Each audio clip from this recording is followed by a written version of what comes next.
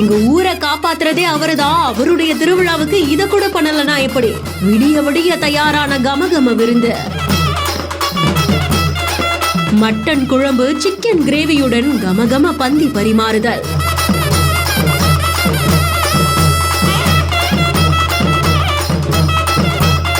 நாகப்பட்டினம் மாவட்டம் திருப்பூண்டிக்கு பக்கத்துல கருங்கண்ணியில பழமை வாய்ந்த புனித அந்தோனியார் ஆலயம் அமைஞ்சிருக்கு. இந்த ஆலயத்துடைய 108வது ஆண்டு பெருவிழா தான் கடந்த 21ஆம் தேதி கொடியேற்றத்தோட துவங்கி வெகு விமர்சையா நடந்திருக்கு. 13 நாட்கள் நடந்த இந்த விழாவுல முக்கிய நிகழ்வான திருத்தேர் பவனியும் மக்களுடைய ஆர்ப்பரிப்போடு நடந்து முடிஞ்சிருக்கு. முக்கிய வீதிகள்ல தேர் பவனி நடந்ததுக்கு அப்புறமா பக்தர்களுக்கு அசைவ விருந்து படைக்கப்பட்டிருக்கு. ஜாதி மத பேதம் இல்லாம 2000 பேர்கிட்ட இந்த விருந்து ரசிச்சு சாப்பிட்டு இருந்திருக்காங்களாம். செய்தி குறித்து அவங்களுடைய கருத்துக்களை கமெண்ட் செக்ஷன்ல சொல்லுங்க. மேலும் செய்திகளுக்கு பிஹைண்ட் இட்ஸை ஃபாலோ பண்ணிக்கோங்க.